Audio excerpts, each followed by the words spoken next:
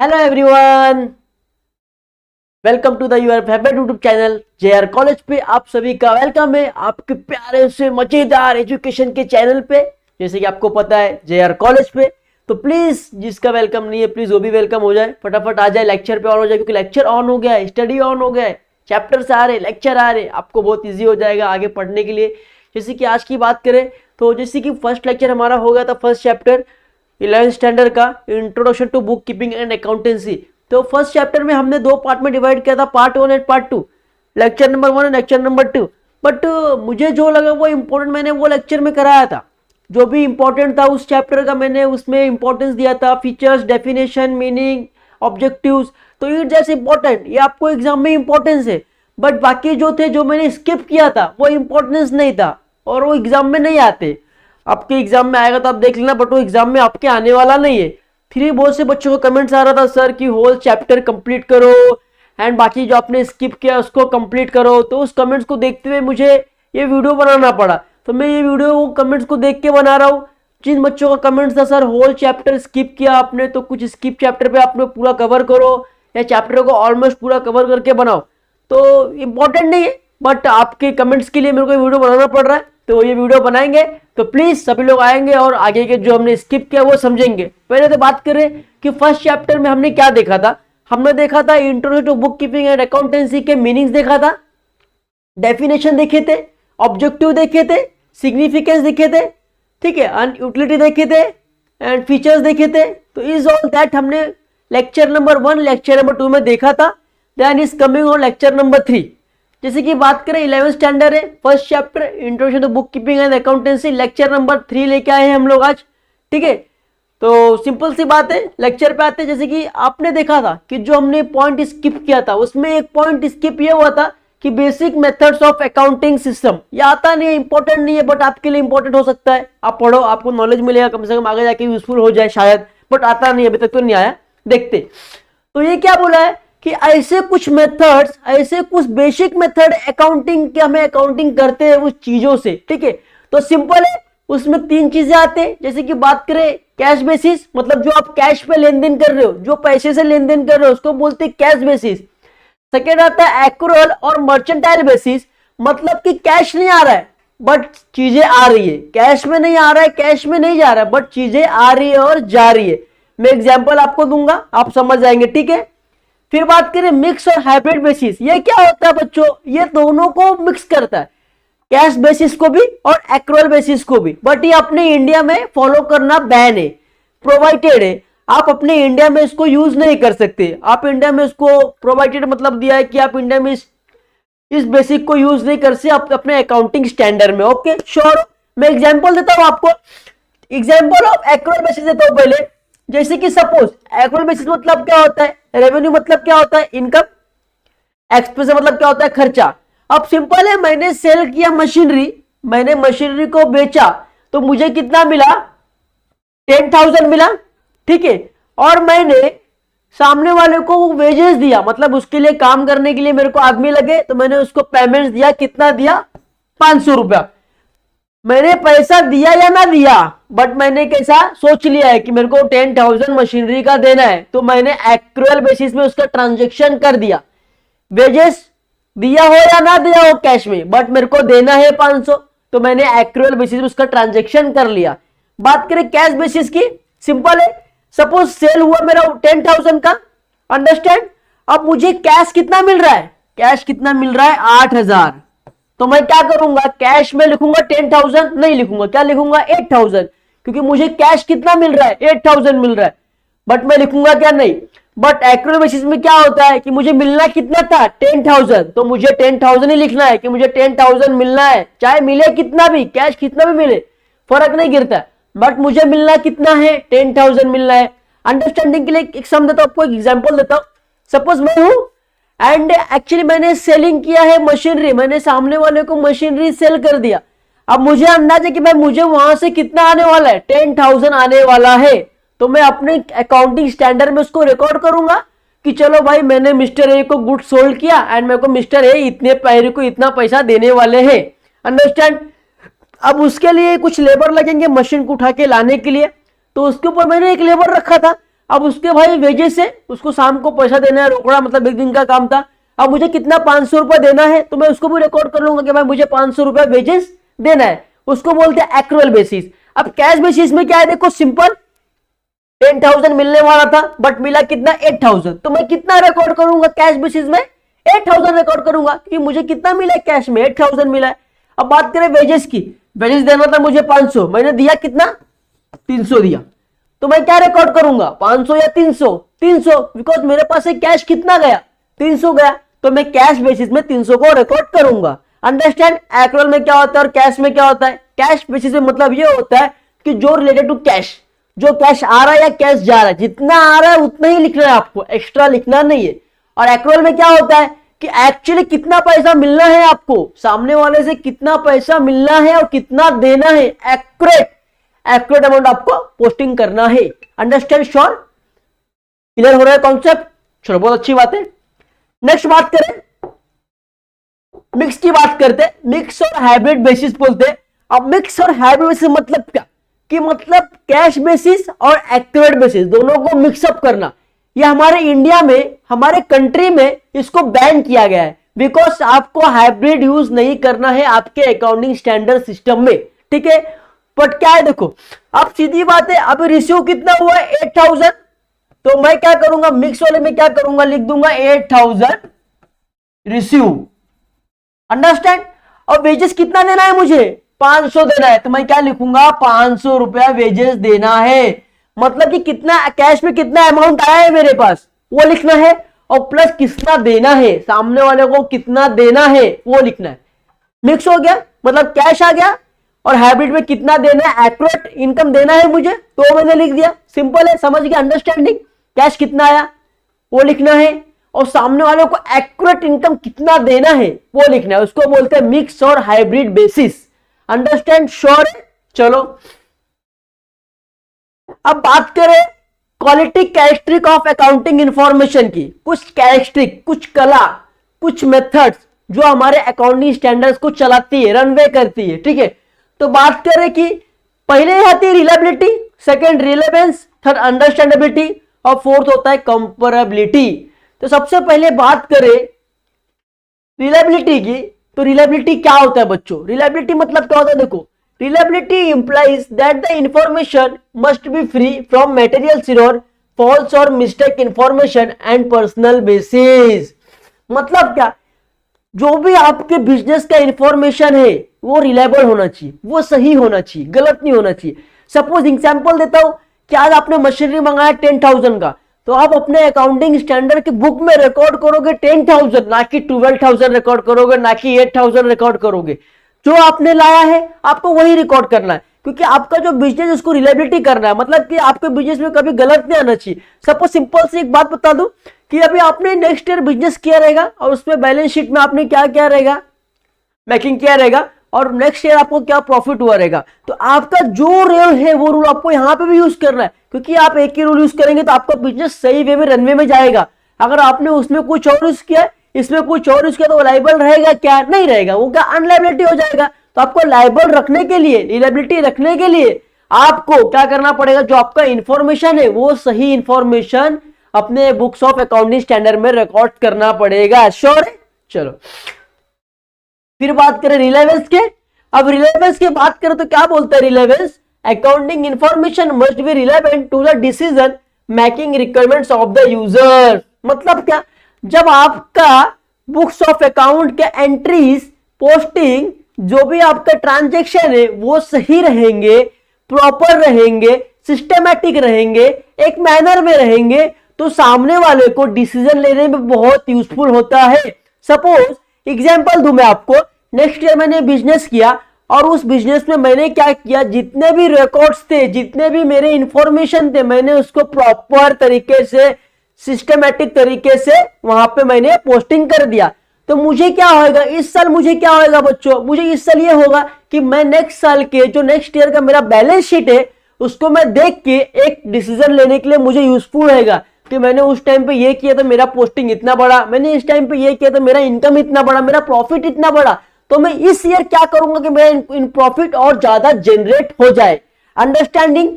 अब ऑनर्स को decision making होगा जब आप अपनी इंफॉर्मेशन को सही से पोस्टिंग करोगे अपने बुक्स ऑफ अकाउंट में। इजीली अंडरस्टैंड हो रहा है, श्योर है, क्लियरिटी है। चलो सिंपल से बात करें। अब थर्ड नंबर की बात करें तो थर्ड नंबर क्या बोलता है, थर्ड पॉइंट क्या बोलता है, अंडरस्टैंडेबिलिटी। अंडरस्टैंडेबिलिटी मतलब क्या, स्टैंडेबिलिटी तो खड़ा होना, सही तरीके से एकदम खड़ा मजबूत होना, और अंडर मतलब क्या, डैमेज होना, ढूलना हिलना, ऐसा ढूलते ना अपन वैसा। तो अपने को बिजनेस में क्या करना चाहिए, बिजनेस क्या बोलता है, अकाउंट्स क्या बोलते हैं वो देखना है। क्या बोलता है, information should be disclose in financial statement in such a manner that this are easily understandable. Simple है, अगर आपने अपने बुक्स ऑफ अकाउंट में कुछ चीजों को डिस्क्लोज कर दिया, कुछ चीजों को रिकॉर्ड ही नहीं किया, कुछ चीजों को छोड़ दिया, तो आपके बैलेंस शीट को दूसरा पढ़ सकता है क्या, बोलो।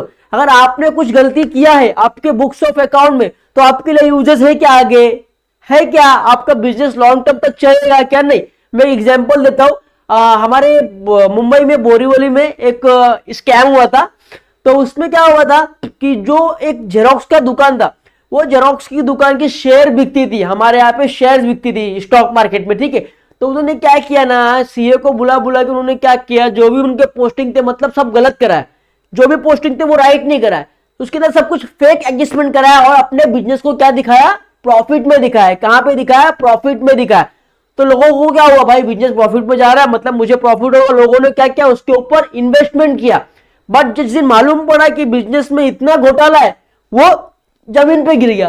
तो मतलब क्या हुआ, आपने गलत पोस्टिंग किया, आपने पब्लिक को गलत अपना रेपुटेशन दिखाया, तो पब्लिक ने आप पे क्या किया, इन्वेस्टमेंट किया और वो एक दिन नीचे गिर गई। तो जब आप ऐसा कुछ काम करेंगे तो आपका जो बिजनेस है वो लॉन्ग टर्म तक चलेगा क्या बच्चों, नहीं चलेगा, वो क्या शॉर्ट टर्म तक चलेगा। कभी ना कभी तो भंडा फूटना है ना, कभी ना कभी बिजनेस गिर जाएगा। तो आपके बिजनेस को लॉन्ग टर्म चलाने के लिए आपको स्टैंडेबिलिटी होना बहुत जरूरी है। मतलब आपके प्रॉपर नॉलेज, आपके प्रॉपर इंफॉर्मेशन एक बुक्स ऑफ अकाउंट में मेंशन करना बहुत इंपॉर्टेंट है, उसको बोलते हैं अंडरस्टैंडेबिलिटी, ठीक है। अगर आपने नहीं किया तो वो हो गया अंडरस्टैंडेबिलिटी, अगर आपने किया तो वो हो गया स्टैंडेबिलिटी। Understand, sure. चलो अब बात करें कंपेरेबिलिटी की, जो फोर्थ नंबर पे आता है वो होता है कंपेरेबिलिटी। तो कंपेरेबिलिटी क्या बोलता है, both intra firm and inter firm comparison must be possible other different time periods. Simple है, क्या बोल रहा है कि कंपेयर मतलब कंपेयर करना, एक दूसरे को कंपेयर करना। तो कंपेयर करने से पहले हम क्या करते, पहले खुद को कंपेयर करते फिर दूसरों को कंपेयर करते। अब सपोज मेरी company A to Z company है, अब ए टू जेड में मैं क्या करूंगा, पहले इंट्रा फर्म करूंगा कि मेरे अंदर, मेरी कंपनी के अंदर कितना लॉस हो रहा है, कितना प्रॉफिट हो रहा है, क्या आ रहा है, क्या जा रहा है, हमारे बिजनेस में क्या हो रहा है, किस तरीके से हमारा बिजनेस ग्रो होएगा, किस तरीके से लॉस हो जाएगा, ये मैं अपने अंदर करूंगा, अपने ए टू जेड इंटरप्राइजेस के अंदर करूंगा। तो उसको क्या बोलते हैं, इंट्रा फर्म बोलते हैं, इंट्रा फर्म। बात करें इंटर फर्म की, तो मेरी कंपनी ए टू जेड है और मेरे कंपटीटर्स की, मेरे सामने वाले की कंपनी है एक्स वाई जेड। तो मैं क्या करूंगा, मेरे कंपनी से सामने वाले कंपनी को क्या करूंगा, कंपटीटर्स चेक करूंगा कि हम में से आगे कौन है, हम में से प्रॉफिट में कौन है, हम दोनों कंपनी में से प्रॉफिट में कौन है। सिंपल एग्जांपल दूंगा मैं आपको, suppose A to Z company मेरी है, चलो माय लिख दिया मैंने, और X Y Z others company दूसरी कंपनी है। तो मैं इसमें क्या करूंगा, ए टू जेड कंपनी मतलब मेरी ये, तो मेरी कंपनी कौन से पोजीशन पे है, मेरी कंपनी कौन से प्रॉफिट लेवल पे है, मेरी कंपनी आगे जाके कहां तक जाएगी, इसको मुझे कंपेयर करने के लिए अदर कंपनीज लगेगी जो मेरे कंपटीटर्स है। एग्जांपल दूं, अब बिस्किट हो गया, अब आप बिस्किट ले लोगे तो पार्ले जी अलग ब्रांड है, सीएनसी अलग है, स्नैक्स अलग है, अलग अलग ब्रांड के बिस्किट आते हैं। अब पार्ले जी कैसे करेगी कि मेरी पार्ले जी कंपनी ज्यादा मार्केट में चल रही है या अदर बिस्किट चल रही है, गुड डे चल रही है, सीएनसी चल रही है, ये सब पता कैसे करेंगे हम लोग अपने कंपेरेबिलिटी से पता करेंगे कि हमारे मार्केट में कंपेरेबिलिटी कितना है, हमारा मार्केट में डिमांड कितना है, हमारा बिजनेस मार्केट में कौन से लेवल पे है। ये कैसे मालूम पड़ेगा, जब हम एक दूसरे को कंपेयर करेंगे तब। तो पार्ले जी क्या करेगी, अदर बिस्किट से कंपेयर करेगी कि भाई अदर बिस्किट अच्छा है कि मेरा पार्ले जी अच्छा है। तो उससे क्या मालूम पड़ेगा बिजनेस को कि हमारी पार्ले जी कौन से लेवल पे अभी चल रही है। अंडरस्टैंड, श्योर है, क्लियरिटी है। चलो, तो क्वालिटी में 4 मेथड आते हैं। Quality characteristic of accounting information में 4 पॉइंट आते हैं। पहला होता है रिलायबिलिटी, मतलब आपके बिजनेस को रिलायबल रखना है तो आपके इंफॉर्मेशन को सही तरीके से आपके बुक्स ऑफ अकाउंट में रिकॉर्ड्स करना पड़ेगा, श्योर है। सेकंड आता है रिलेवेंस, रिलायबल भी सेम है क्योंकि आपको रनवे करना है। अगर आपको रनवे करना है तो आपको इंफॉर्मेशन को देखते हुए डिसीजन लेने के लिए बहुत ज्यादा यूजफुल रहेगा आपके ऑनर्स को, श्योर है। फिर बात करें अंडरस्टैंडेबिलिटी की, अगर आपने कुछ रिकॉर्ड्स नहीं किया, कुछ डिस्क्लोज कर दिया, कुछ छोड़ दिया तो आपका बिजनेस लॉन्ग टर्म तक चलेगा क्या, नहीं चलेगा, वो क्या हो जाएगा, अनस्टैंडेबिलिटी हो जाएगा, अंडरस्टैंड, श्योर है। फिर बात करें कंपेरेबिलिटी की, अब कंपेरेबिलिटी में कैस्टी का मतलब क्या, हम दूसरे को कंपेयर करते हैं कि हमारा बिजनेस कौन से लेवल पे है एंड हमारे कंपेटिटर्स के बिजनेस कौन से लेवल पे है, श्योर है, अंडरस्टैंडिंग, श्योर। अब बात करें अकाउंटिंग प्रिंसिपल्स एंड कन्वेंशन की, मतलब कि अकाउंटिंग के एक प्रिंसिपल होते हैं, एक उसके रूल्स होते हैं, रेगुलेशन होते हैं, गाइडलाइंस होते हैं, उसके ऊपर आपको अकाउंटिंग करना है। एग्जांपल दे दूं, आज मैं इंडिया में अपना बिजनेस कर रहा हूं, इंडिया में मैं अपना बिजनेस कर रहा हूं A to Z, तो मेरे इंडिया में क्या अलग होंगे क्या ट्रांजेक्शन, जो भी हम रिकॉर्ड्स करते हैं उसके जो गाइडलाइंस होंगे, रूल्स होंगे वो अलग होंगे। एंड सपोज मेरे ऑस्ट्रेलिया में जा रहा हूं और ऑस्ट्रेलिया में बिजनेस कर रहा हूं तो वहां के रूल्स अलग रहेंगे, वहां मैं कुछ अलग रूल्स से अपने बैलेंस शीट को बनाऊंगा, यहाँ इंडिया में कुछ अलग से बैलेंस शीट बनाऊंगा, तो उससे क्या होएगा कि मुझे समझने के लिए और इन्वेस्टमेंट करने के लिए बहुत डिफरेंट होएगा। एग्जांपल दे रहा हूं मैं आपको, चलो ये इंडिया है, चलो अब इंडिया में क्या बना रहे हैं हम लोग, बैलेंस शीट बना रहे हैं, ठीक है, हमारा बिजनेस देखने के लिए कि प्रॉफिट हो रहा है कि लॉस हो रहा है, ठीक है। अब ऑस्ट्रेलिया में क्या करते हैं हम लोग, एग्जाम्पल फिनेंशियल शेयर बनाते हैं, क्या बनाते हैं, फिनेंशियल स्टेटमेंट बनाते हैं। अब इंडिया वाले को ऑस्ट्रेलिया पे क्या करना है, इन्वेस्टमेंट करना है। अब इंडिया क्या करती है, बैलेंस शीट बनाती है। अब इंडिया वाले को पता ही नहीं कि भाई फिनेंशियल स्टेटमेंट क्या होता है, उसमें कितना प्रॉफिट हो समझ नहीं पाएंगे, तो क्या इजीली इन्वेस्टमेंट कर सकती है कि ऑस्ट्रेलिया पे नहीं कर सकती है। अगर ऑस्ट्रेलिया में भी बैलेंस शीट बनाया जाए, ऑस्ट्रेलिया भी अगर बैलेंस शीट यूज करे तो इंडिया के लिए वो इजी हो जाएगा, उसको पढ़ना इजी हो जाएगा, उसको समझना इजी हो जाएगा। तो देयरफॉर क्या होएगा कि इंडिया भी इजीली उस पर इन्वेस्टमेंट कर सकती है, क्योंकि इंडिया को पता है कि बैलेंस शीट क्या होता है। तो इसको बोलते हैं अकाउंटिंग के कुछ प्रिंसिपल, कुछ रूल्स एंड रेगुलेशन, कि आप बैलेंस शीट यूज कर रहे इधर भी, तो आप कहीं भी बिजनेस करो इन द वर्ल्ड, किधर भी करो, आपको बैलेंस शीट ही प्रिपेयर करना है, उससे आपको समझने के लिए इजी होगा एंड आप अदर कंट्री में इन्वेस्टमेंट कर सकते हो, अदर कंट्रीज में अपना बिजनेस सेटअप कर सकते हो। तो उसके लिए अकाउंटिंग होता है, उसका एक प्रिंसिपल होता है, उसका एक रेगुलेशन होता है, उसका एक गाइडलाइंस होता है, अंडरस्टैंड। तो हम लोग देखने वाले कि कौन से रेगुलेशन है, कौन से गाइडलाइंस है एंड कौन से इंफॉर्मेशन है, ठीक है। सबसे पहले बात करें अकाउंटिंग की, accounting principles are generally rules and guidelines that companies are required to follow where reporting all accounts and financial data. जैसे मैंने आपको यहां बता दिया कि अकाउंटिंग एक ऐसा इंफॉर्मेशन है, एक ऐसा प्रिंसिपल है, एक ऐसा रूल्स है जिसको हर कंपनी फॉलो करती है अपने इंफॉर्मेशन को दिखाने के लिए, अपने फाइनेंशियल डाटा को दिखाने के लिए, अपने इंफॉर्मेशन पब्लिक को दिखाने के लिए कि पब्लिक उस पर इन्वेस्टमेंट करे उनका इंफॉर्मेशन देख के, अंडरस्टैंड। चलो जैसे कि बात करें अकाउंटिंग कॉन्सेप्ट की बात करेंगे आज और अकाउंटिंग कन्वेंशन की बात करेंगे, ये दोनों डिफरेंट है, अकाउंटिंग कॉन्सेप्ट भी डिफरेंट है एंड अकाउंटिंग कन्वेंशन भी डिफरेंट है। तो हम लोग देखते हैं कि भाई अकाउंटिंग कन्वेंशन क्या होता है और अकाउंटिंग कॉन्सेप्ट क्या होता है। तो सबसे पहले देखेंगे अकाउंटिंग कॉन्सेप्ट। तो अकाउंटिंग कॉन्सेप्ट क्या बोलता है बच्चों, there are necessary assumption where which accounting is based, some of the importance accounting are as follow। मतलब क्या बच्चों कि बिजनेस करने से पहले ऑनर क्या सोचता है कि भाई मैं बिजनेस करूंगा तो मेरा बिजनेस में इतना पैसा जाएगा, इतना मनी जाएगा and at the time at the 1 year मुझे इतना प्रॉफिट आएगा। मतलब कि देखो बिजनेस उसने किया नहीं बट उसने क्या किया, अज्यूम कर लिया, उसने सोच लिया कि मैं बिजनेस में ये कर सकता हूं। अगर उसने सोच लिया तो वो इजीली वो कर सकता है क्या, नहीं कर सकता है। अगर सपोज मैंने बिजनेस नहीं किया एंड मैं भी यहाँ खड़ा हूं और मैं सोच लिया चलो भाई मैं काम करता हूँ, गैरेज डालता हूँ, बड़ा गैरेज डालता हूँ, गाड़ी का गैरेज डालता हूँ, वहां पे मैं पार्ट्स को सेलिंग करूंगा, चलो मैंने 5 लाख रुपए डाल दिया और मुझे 1 साल में 20 लाख का प्रॉफिट हो जाएगा। तो वो चीजें होगी क्या, नहीं। जब तक हम लोग एक इंफॉर्मेशन एक प्रॉपर तरीके से एक मेथड से बोलते हैं ना एक प्रिंसिपल नहीं यूज करेंगे तब तक हम लोग प्रॉफिट कर सकते हैं क्या, अज्यूम करना इजी है बट प्रॉफिट करना इजी है क्या, नहीं बच्चों।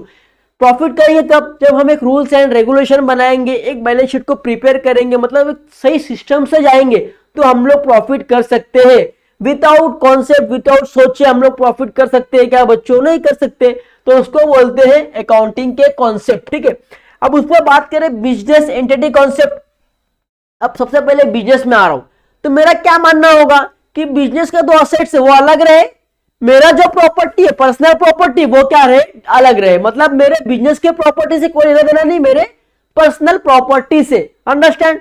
बिजनेस में घुसने से पहले ऑनर क्या सोचेगा, ऑनर क्या अज्यूम करेगा कि जो भाई मेरी प्रॉपर्टी है वो मेरी रहे, जो बिजनेस की प्रॉपर्टी है वो बिजनेस के अंदर रहे। एट द टाइम अगर प्रॉफिट हो रहा है तो बिजनेस को है और मुझे मिले, एट द टाइम लॉस हो रहा है तो मेरा असेट ना बिके, मेरे बिजनेस का असेट बिक जाए बट मेरे घर का पर्सनल असेट ना बिके। ऑनर ये सोचता है, उसको बोलते हैं बिजनेस एंटिटी कॉन्सेप्ट। श्योर हो? चल फिर बात करें द कॉस्ट कॉन्सेप्ट। अब कॉस्ट कॉन्सेप्ट की बात करें कि सपोज मैंने क्या किया, फर्नीचर परचेस किया, कितने का परचेस किया, 20,000 का परचेस किया। अब ये बुक्स ऑफ अकाउंट जब बनाऊंगा तो मैं क्या उसमें 35 लिखूंगा क्या, 40 लिखूंगा क्या, 45 लिखूंगा क्या? नहीं लिखूंगा ना, मैं क्या लिखूंगा, एक्यूरेट इनकम लिखूंगा। जो मेरे लिए एक्चुअली जो मैंने मंगाया है, जिसका मैंने जितना पैसा दिया है, वो लिखने से क्या होगा कि मुझे वो हमेशा याद रहेगा। और वो चीजें आज अगर मार्केट में समझ लो मैंने लाया था 15,000 का, 15,000 का मैंने परचेस किया था, आफ्टर 5 years, 5 साल के बाद इस 15,000 का वैल्यू कितना हो गया, 10,000 हो गया। तो मैं कौन सा लिखूंगा, 10,000 या 15,000? 15,000 लिखूंगा कि मैंने कभी लिया है, मैंने 15,000 का लिया, बाद में भले से मार्केट में उसका वैल्यू गिर जान दो, बट जब मैंने लिया मैं वही कॉस्ट को लिखूंगा, तो उसको बोलते थे कॉस्ट कॉन्सेप्ट। अंडरस्टैंड? चलो अब बात करें ड्यूअल एस्पेक्ट। तो ड्यूअल एस्पेक्ट तो आपको पता है कि बच्चों ड्यूअल एस्पेक्ट मतलब क्या, दो एस्पेक्ट होना चाहिए। जैसे कि मैं आपको बोलूं capital, capital is equal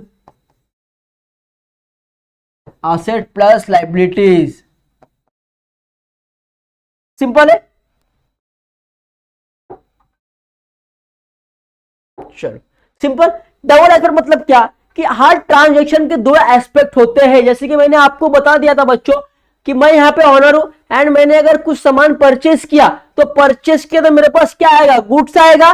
but अगर परचेस करने के लिए मेरे पास से कुछ जाएगा ना बच्चों, क्या जाएगा, कैश जाएगा। मतलब क्या हुआ, comes purchase and goes out cash. मतलब क्या हुआ, डबल एस्पेक्ट हुआ, दो ट्रांजैक्शन हुआ, कुछ आ रहा है और कुछ जा रहा है। तो ये चीजों का रिकॉर्ड करना हमारे अकाउंट में very very very very important है। अंडरस्टैंड? श्योर। जैसे कि बात करूं कैपिटल की, अब आपको पता है कि अकाउंटिंग इक्वेशन मतलब क्या होता है। हम जो डबल एस्पेक्ट करते हैं उसमें हमारा अकाउंटिंग इक्वेशन, हमारा एक फॉर्मूला है जिसको बोलते हैं capital is equal assets plus liabilities.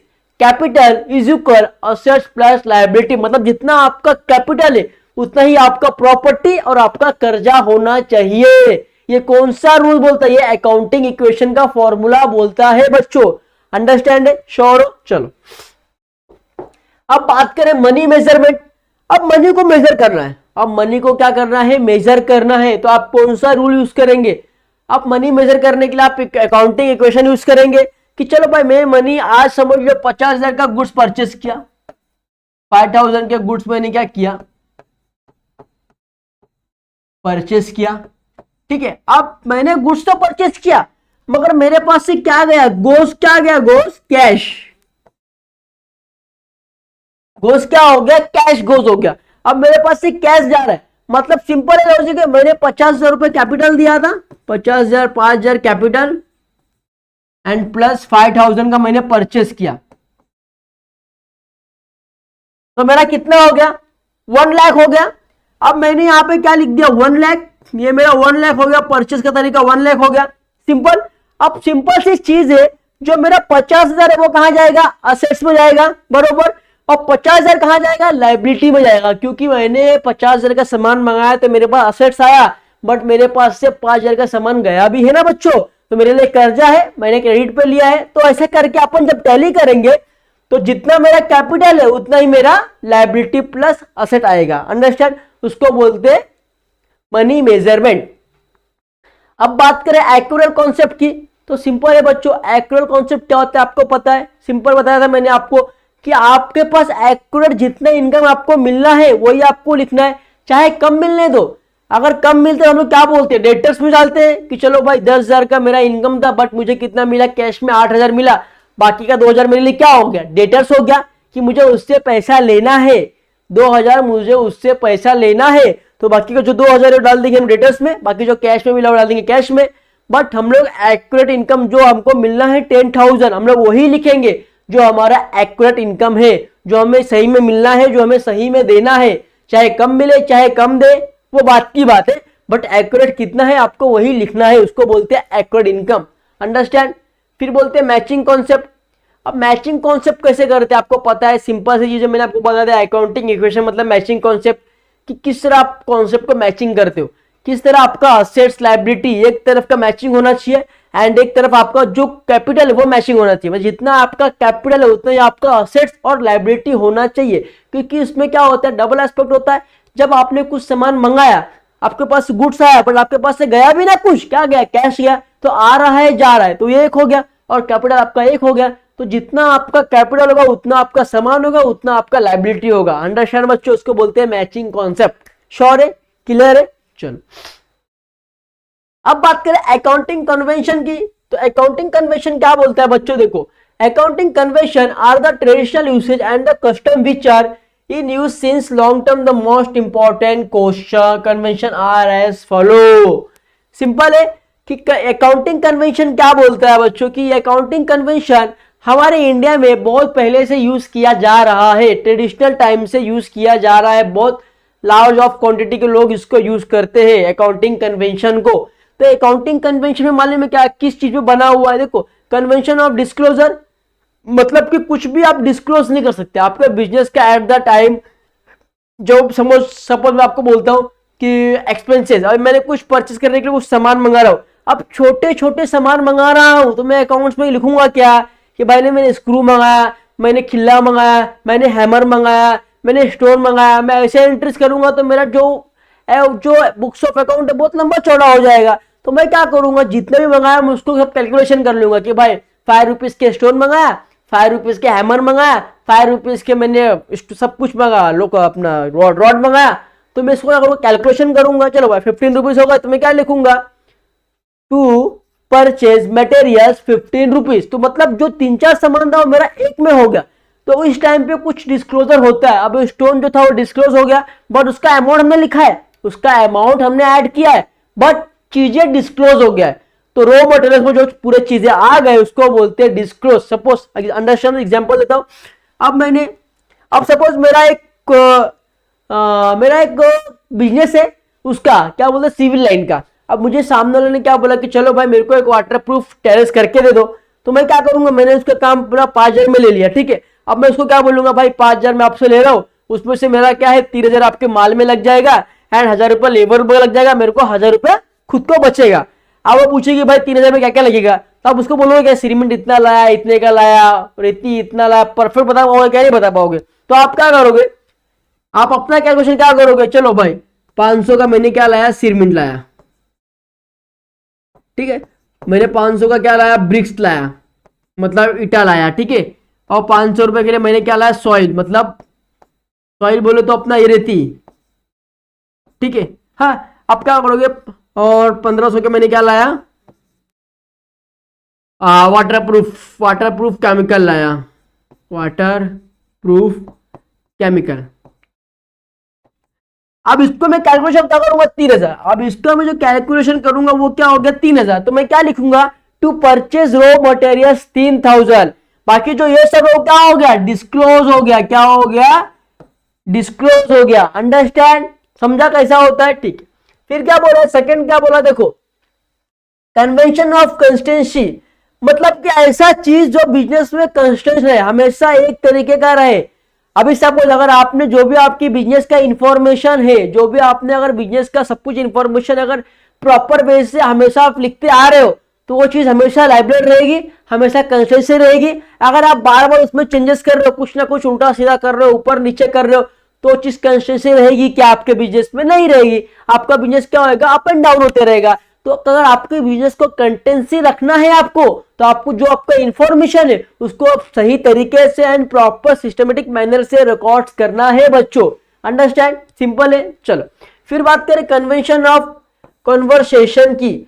अब कन्वर्सेशन मतलब क्या? एक दूसरे से बात करना। ऐसा कुछ कंस्टेंसी मतलब कि कन्वर्सेशन मतलब कुछ कंस्टेंसी कि जो हम कन्वर्सेशन से कर सकते हैं। अभी सपोज आपने बुक्स ऑफ अकाउंट बनाया एंड उसमें आपने कुछ रिकॉर्ड्स नहीं किया, पूरा आपने क्या किया? कन्वर्सेशन में ही काम कर लिया। सपोज A to Z था इंटरप्राइजेज मेरी कंपनी और सामने वाली कंपनी क्या थी? XYZ। अब मैं कन्वर्सेशन कर रहा हूं कि सर इतना आपका 1 लाख का मैंने परचेस किया है तो प्लीज कुछ डिस्काउंट दे दो। तो वो क्या बातों बातों में चल रहा है कि चलो भाई चलो 500 मत देना, मगर तुम भी रिकॉर्ड्स मत करो और हम भी बुक्स ऑफ अकाउंट में रिकॉर्ड नहीं करेंगे, ये 500 रुपए छोड़ देंगे हम लोग और आपसे कितना ले लेंगे? 9,500। ठीक है, 10,000 का हम लोग ने परचेस किया था, तो जो 500 रुपए बच रहा है वो क्या करेंगे हम लोग? कन्वर्सेशन में हमारा चल जा रहा है, मतलब बातों में चल जा रहा है, हमको वो भी रिकॉर्ड्स नहीं करेगा और मैं भी रिकॉर्ड्स नहीं करूंगा। सिस्टम हो गया। समझ रहे कैसा बोल रहा हूं मैं? तो हमारा जो बिजनेस में कन्वर्सेशन होता है वो भी कुछ कुछ डिस्क्लोज हो जाता है। सिंपल। चलो फिर बात करें कन्वर्शन ऑफ मैटेरियलिटी। अब जो भी आपका मैटेरियलिटी से रिलेटेड हो रहा है, जो भी आपका मनी से रिलेटेड हो रहा है, मतलब कैसा बता रहा हूं आपको? सिंपल एक चीज बता रहा हूं, जैसे आपका मैटेरियल आ रहा है, अब तो जो मैटेरियल आ रहा है आपको वही रिकॉर्ड्स करना है, ताकि कुछ और करना है। जितना भी मैटेरियल से रिकॉर्डिंग आपका हो रहा है, जितना भी ट्रांजैक्शन आपके मैटेरियल से हो रहा है, उस सबको आपको रिकॉर्ड करना है।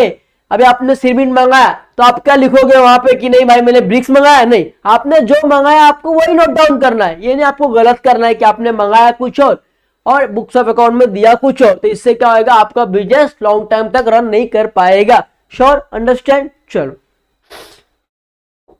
चलो अब बात करें अकाउंटिंग स्टैंडर्ड की। नया टॉपिक से अकाउंटिंग स्टैंडर्ड। अब सिंपल है कि भाई कि हर एक ट्रांजेक्शन को करने के लिए कुछ स्टैंडर्ड बनाया है, कुछ अकाउंटिंग के टर्म्स बनाया है, हम उसमें हर एक चीज रिकॉर्ड्स करते हैं। अब बैलेंस शीट का जो रिकॉर्ड्स है वो मैं क्या प्रॉफिट लॉस में कर सकता हूँ, क्या ट्रेडिंग में कर सकता हूँ, क्या नहीं? जो ट्रेडिंग में वो ट्रेडिंग में करना है, जो प्रॉफिट में प्रॉफिट में करना है, जो बैलेंस शीट में वो बैलेंस शीट में करना है। मतलब एक अकाउंटिंग स्टैंडर्ड बनाया हर एक चीज का। तो समझते हैं अकाउंटिंग स्टैंडर्ड क्या होता है। Accounting standard a set of sales to be followed while making accounting entries and adjustment। जैसे मैंने आपको बता दिया कि एक ऐसा चीज है जो भी आप सेल कर रहे हो, परचेस कर रहे हो, एडजस्टमेंट कर रहे हो, उस सबका एक प्रॉपर अकाउंट्स बनाया गया है और उसके अंदर आपको अकाउंटिंग के ट्रांजेक्शन को पोस्टिंग करना है। अंडरस्टैंड? श्योर है? चलो जैसे कि बात करें, this are basically a set of practice and policies use to systematic book keeping. Accounting standard use करने से आपका जो बुक कीपिंग है वो एक सिस्टमेटिक रहता है, एक प्रॉपर से रहता है, उसमें आपका कोई मतलब कोई फॉल्ट नहीं होता है, कोई एरर नहीं आता है, वो एक सिस्टमेटिक रहता है एंड एक प्रॉपर रहता है। तो सामने वाले को पढ़ने के लिए, डिसीजन लेने के लिए बहुत यूजफुल होता है जब आप अकाउंटिंग स्टैंडर्ड सिस्टम को यूज करेंगे तब। अंडरस्टैंड? क्या बोला? एएस। अब एएस मतलब क्या होता है? सिंपल है, अकाउंटिंग स्टैंडर्ड। एएस मतलब क्या होता है? Accounting standard. तो अकाउंटिंग स्टैंडर्ड मतलब इन 1973 an international body IASC international accounting standard committee was established to write accounting standards that users to be used internationally। मतलब क्या? इन 1973 में इंटरनेशनल बॉडी मतलब कि अपने इंडिया में भी और अपने आउट ऑफ कंट्री में भी, ठीक है, क्या लॉन्च हुआ था? International accounting standard committee. मतलब IASC लॉन्च हुआ था। उन्होंने क्या किया? एक ऐसा स्टेबलाइज किया अकाउंटिंग स्टैंडर्ड जो कि यूज होता है इंटरनेशनल में भी और इंडिया में भी। मतलब कि एक ऐसा अकाउंटिंग स्टैंडर्ड उन्होंने लॉन्च किया कि जो हर लोग यूज करते हैं अपना बैलेंस शीट बनाने के लिए। अब इससे क्या हो गया?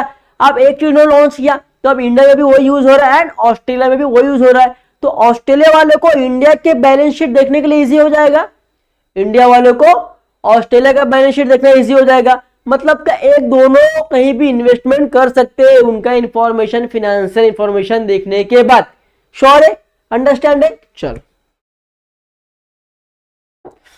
अब बात करें IASC।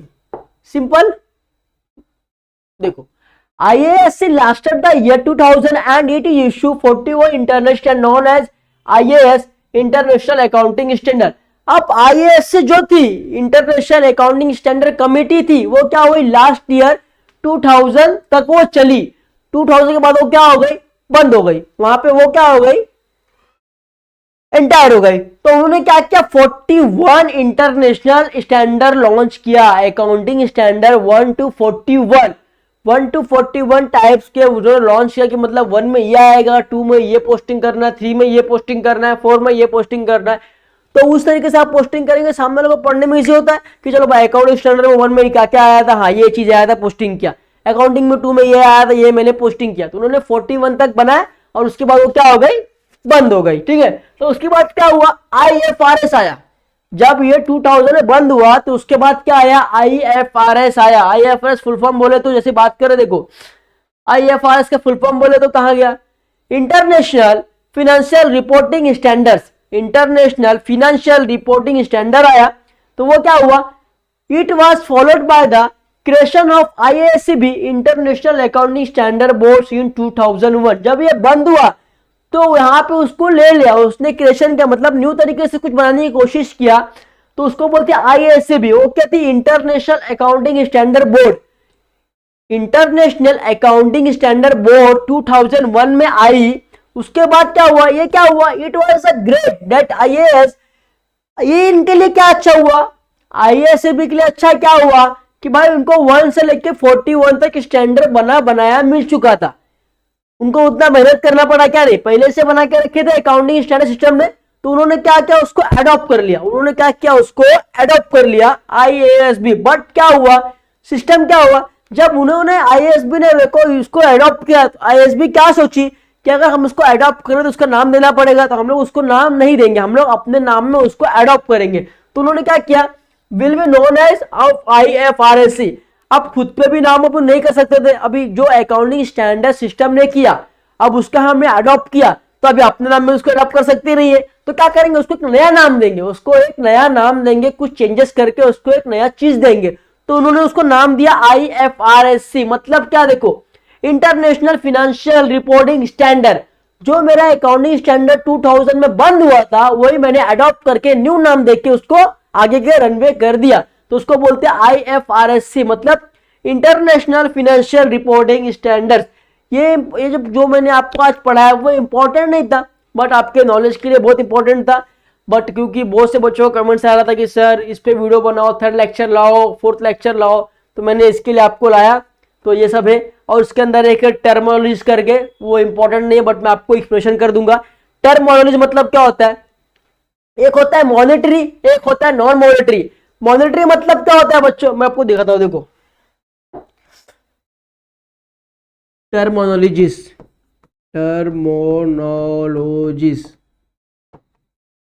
Of accounts. चलो, एक होता है मॉनेटरी, एक होता है नॉन मॉनेटरी। अंडरस्टैंड, मॉनेटरी मतलब क्या बच्चों, जो पैसे से लेन देन हो रहा है, जो पैसे से लेन देन हो रहा है उसको बोलते हैं मॉनेटरी, और जो पैसे से लेन देन उसको बोलते हैं नॉन मॉनेटरी। मतलब क्या, नॉन मॉनेटरी मतलब बार्टर सिस्टम, मतलब सामान के बदला सामान। आपने पढ़ा होगा इकोनॉमिक्स के 12 चैप्टर में, आगे आप पढ़ सकते हो। बार्टर सिस्टम अपने इंडिया में पहले था कि आपने दूध दिया तो सामने वाला आपको क्या देगा, चावल देगा। मतलब कि आप गुड्स एक्सचेंज कर रहे हो और अपनी कम्युनिटी को पूरा कर रहे हो, तो उसको बोलते हैं बार्टर सिस्टम। मैंने यहां पे लिख दिया barter system.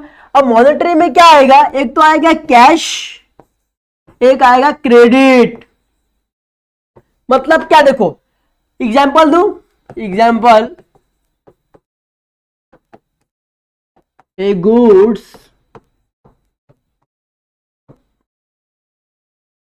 Purchase on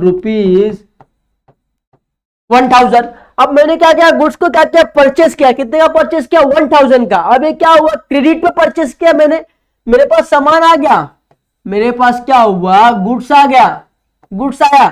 but मुझे क्या देना है, मुझे 1000 रुपए सामने वाले को देना है। मतलब किसको देना है, टू मोहन।